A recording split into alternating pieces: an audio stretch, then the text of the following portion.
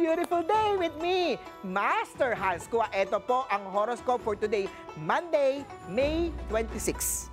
Para sa mga pinanganak ng Year of the Rat, panatiliing healthy ang skin.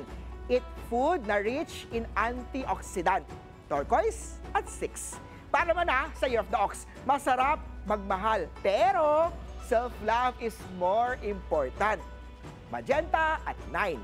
Year of the Tiger naman tayo, be like Michael Jackson. There is always room for improvement.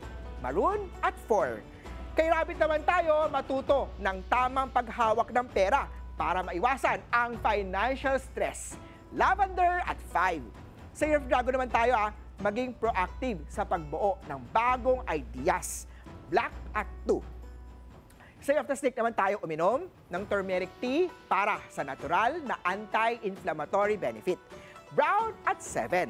Ito naman! Sa Year of the Horsey, huwag matakot humingi ng tulong kung kailangan. Mint at 3. Sa mga Year of the Sheep naman tayo, gumamit ng natural skincare products para maiwasan ang allergy. Peach at 8. Sa mga Year of the Monkey naman tayo, magtabi ng pera para sa iyong travel goals. Aqua at 9. Kay Year of the Rooster naman tayo, find ways to improve your skill set sa trabaho. Yellow at 4. Sa Year of the Dog naman tayo, minsan, hug is all you need. Russet at 5.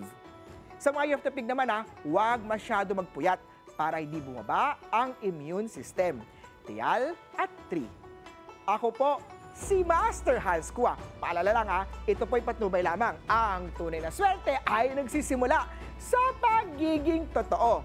Abangan araw-araw ang horoscope of the day. Dito lang po sa isang